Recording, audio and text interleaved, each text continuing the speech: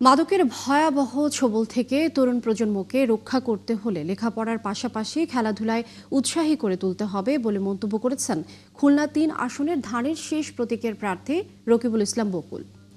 শনিবার খুলনা মহেশ্বর পাশা সারাডাঙ্গা মাঠে ফুটবল খেলার পুরস্কার বিতরণ অনুষ্ঠানে প্রধান অতিথির বক্তব্যে তিনি কথা বলেন। যুব সমাজের উদ্যম, খেলাধুলার চেতনায় গড়া উন্নত আগামীর প্রত্যয়ে এই স্লোগানকে সামনে রেখে মহেশ্বর পাশা ফিউশন কমিউনিটি আয়োজিত ফুটবল টুর্নামেন্টের ফাইনালে বিজয় মর্নিং বয়েজ ক্লাব এবং রানার্স আপ এসএফসি ক্লাবের খেলোয়াড়দের হাতে পুরস্কার তুলে দেন বিএনপির কেন্দ্রীয় কার্যনির্বাহী সংসদের ছাত্র বিষয়ক সম্পাদক।